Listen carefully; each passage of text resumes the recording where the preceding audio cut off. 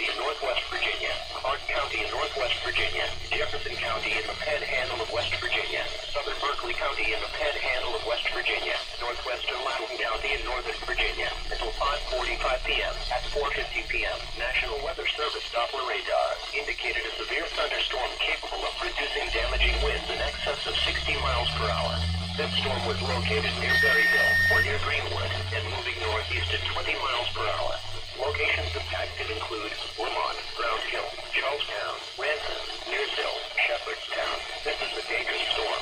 If you are in its path, move indoors to a sturdy building and stay away from windows. When it is safe to do so, report severe weather to local law enforcement or to the National Weather Service.